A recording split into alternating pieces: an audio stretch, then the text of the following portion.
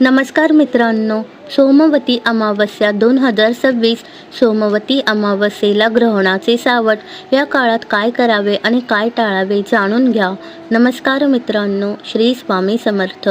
यंदा 16 फेब्रुवारीला सोमवती अमावस्या आहे, तर 17 फेब्रुवारी रोजी सूर्यग्रहण आहे. या काळात 7 गोष्टी प्रकर्षाने टाळायला हव्यात. कोणत्या ते जाणून घ्या आजच्या व्हिडिओच्या माध्यमातून. 16 फेब्रुवारी 2026 रोजी सोमवती अमावस्येचा अत्यंत शुभ संयोग जुळून आला आहे. मात्र जोडूनच अर्थात दुसऱ्या दिवशी 17 फेब्रुवारीला सूर्यग्रहण आणि त्याच दिवशी सकाळी 9:06 पंचक देखील सुरू होत आहे. ज्योतिषशास्त्रानुसार जेव्हा अमावस्येसोबत ग्रहण तसेच पंचकाचा काळ असतो, तेव्हा काही गोष्टींची विशेष काळजी घेणे आवश्यक असते. या दिवशी केलेल्या छोट्या चुका देखील मानसिक आणि आर्थिक त्रासाला कारणीभूत ठरू शकतात. सोमवती अमावस्या ही पितृदोषातून मुक्ती मिळवण्यासाठी आणि शुभफळ प्राप्त करण्यासाठी सर्वोत्तम मानली जाते. परंतु यंदा 16 फेब्रुवारीला जोडून ग्रहण तसेच पंचक सुरू होत असल्याने काही विशिष्ट कामे करणे वर्ज्य मानले जाते. त्यामुळे या दुहेरी योगाच्या दिवशी सावधानता बाळगणे गरजेचे आहे. सोमवती अमावस्या, ग्रहण आणि पंचक या काळात या चुका टाळा. नवीन कामाची सुरुवात किंवा आर्थिक व्यवहार, नवीन व्यावसायिक करार किंवा मोठे आर्थिक व्यवहार करणे टाळावे. पंचकात सुरू केलेली कामे अनेकदा 5 वेळा करावी लागतात किंवा त्यात अडथळे येतात असे मानले जाते. तसेच अमावस्या, ग्रहण या तिथी शुभ कार्यासाठी वर्ज्य मानल्या जातात.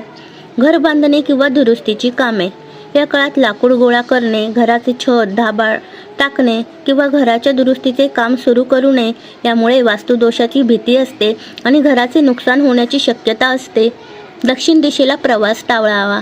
या काळात दक्षिण दिशेला प्रवास करणे टाळावे, कारण ही दिशा यमदेवाची मानली जाते. विशेषतः अमावस्येच्या दिवशी हा प्रवास अधिक त्रासदायक ठरू शकतो.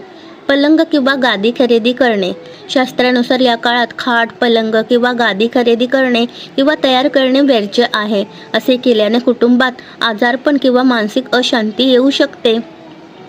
वादात पडणे आणि नकारात्मक विचार, अमावस्येला चंद्र क्षीण असतो, ज्यामुळे मानसिक अस्वस्थता जाणवू शकते. अशात पंचकाचा प्रभाव सुरू झाल्यावर कोणाशी वाद घालू नका. चिडचिड केल्याने तुमच्या कामात अडथळे येऊ शकतात. कोणाकडूनही कर्ज घेणे किंवा देणे, या दिवशी पैशांची देवाणघेवाण केल्यास ते पैसे परत मिळण्यास खूप कष्ट पडतात. या काळात केलेले व्यवहार दीर्घकाळ रेंगाळण्याची शक्यता असते. तुळशीची पाने तोडणे किंवा झाडे कापणे, अमावस्येला आणि पंचकात कोणत्याही झाडाला इजा पोहोचवू नका.